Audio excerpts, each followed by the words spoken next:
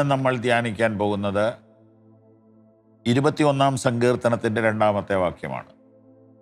ദാവീദ് രാജാവിന് വേണ്ടി ദൈവസഭ പ്രാർത്ഥിക്കുന്നതാണ്, വിശ്വാസികൾ പ്രാർത്ഥിക്കുന്നതാണ്. ഭക്തന്മാർ അവരുടെ ലീഡർക്ക് വേണ്ടി ദൈവസന്നിധിയിൽ പ്രാർത്ഥിക്കുന്ന മഹത്തായ പ്രാർത്ഥന.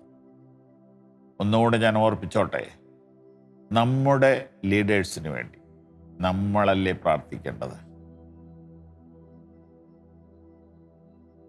നമ്മുടെ പവർ വിഷനെ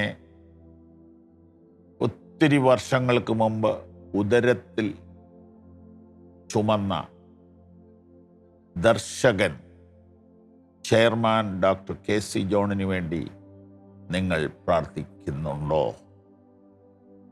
നന്നായി പ്രാർത്ഥിക്കണം. ആ കൂട്ടത്തിൽ സഹായിച്ച മാത്യൂസ് ചാക്കോ സാറിന് വേണ്ടി പ്രാർത്ഥിക്കുന്നുണ്ടോ? എബ്രഹാം സാറിന് വേണ്ടി പ്രാർത്ഥിക്കുന്നുണ്ടോ? നടത്തിപ്പുകാരുടെ എല്ലാം പേര് ഇപ്പോൾ പറയാൻ കഴിയില്ല. നിങ്ങൾ പ്രാർത്ഥിക്കുന്നുണ്ടല്ലോ. നോക്കൂ, അവൻ്റെ ഹൃദയത്തിലെ ആഗ്രഹം ദൈവം അവന് നൽകി. ദൈവമേ, അങ്ങ് അവന് നൽകി. അവൻ്റെ അധരങ്ങളുടെ യാചന നിഷേധിച്ചതും ഇല്ല. ദാവീദ് രാജാവിൻ്റെ പ്രാർത്ഥനയും ആഗ്രഹവും ദൈവം സാധിപ്പിച്ചു കൊടുത്തു എന്നാണ് ഇവിടെ എഴുതിയിരിക്കുന്നത്. ഇവിടെ നമുക്കൊരു കൊച്ച് കണ്ടന്റ് അടർത്തിയെടുക്കാം. ആഗ്രഹവും പ്രാർത്ഥനയും ഒന്നാണോ? ഒന്നുകൂടെ ചിന്തിക്കാൻ ചോദിക്കുക. ആഗ്രഹിക്കുന്നത് തന്നെയാണോ പ്രാർത്ഥിക്കുന്നത്? പ്രാർത്ഥിക്കുന്നത് തന്നെയാണോ ആഗ്രഹിക്കുന്നത്? ചിന്തിക്കാൻ വേണ്ടി ഒരു മിനിറ്റ് ഞാൻ തരിക. കർത്താവേ, ഭാരതം ഉണർത്തപ്പെടണമേ. ഭാരതം ഉണർത്തപ്പെട്ടാൽ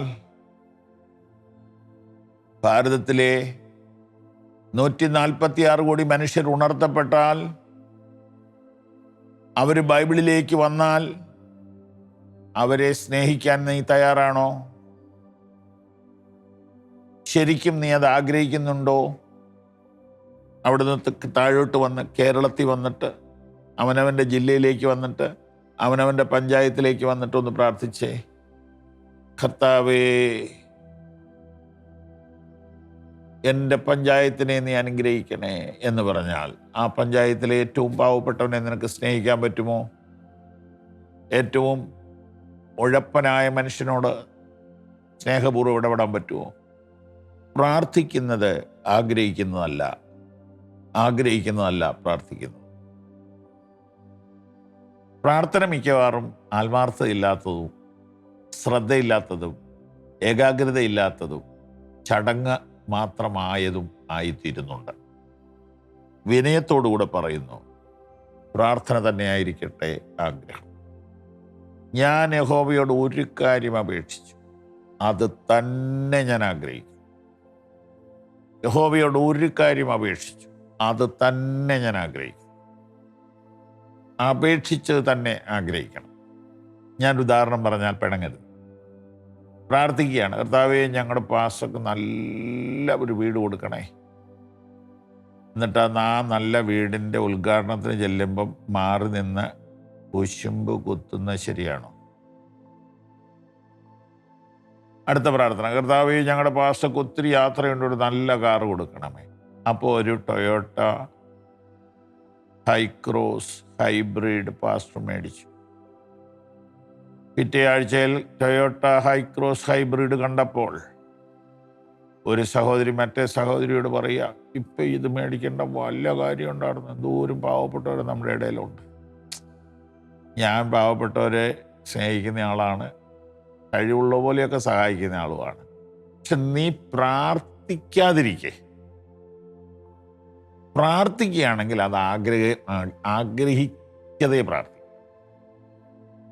ശരിയാണോ? ഈ ദൈവദാസന്മാർ നല്ല വണ്ടി ഉപയോഗിക്കുന്നത് എന്തിനാണെന്നറിയോ? നിങ്ങൾ കുറച്ച് പേര് പിണങ്ങും, എന്നാലും ഞാൻ അങ്ങ് പറയുക, എൻ്റെക്കാളൊക്കെ ഒത്തിരി ഓടുന്ന മനുഷ്യരുണ്ട്. പക്ഷെ എൻ്റെ കാര്യം പറയാം, ഞാൻ വിശ്രമിക്കുന്നത് വാഹനത്തിലാണ്, കിടക്കുന്നത് കാറിലാണ്. ഇതാണ് പ്രശ്നം. അപ്പം കുടുക്കം കുറവുള്ള, മൈലേജുള്ള ഒരു വണ്ടി ഇല്ലാതെ പറ്റുമോ? പ്രാർത്ഥിക്കുന്നതൊന്ന്, ആഗ്രഹിക്കുന്നത് മറ്റു. ഇവിടെയൊന്ന് കേട്ടെ. ദൈവമേ, രാജാവിൻ്റെ ഹൃദയത്തിലെ ആഗ്രഹം അങ്ങ് അവന് നൽകണമേ. രാജാവിൻ്റെ അധരങ്ങളുടെ യാചന അങ്ങ് നിഷേധിക്കരുതേ. ഇവിടെ എഴുതിയിരിക്കുന്നത് അങ്ങ് നൽകിയെന്നും അങ്ങ് നിഷേധിച്ചില്ലെന്നുമാണ്. അങ്ങനെ തന്നെ സംഭവിക്കട്ടെ. God bless you.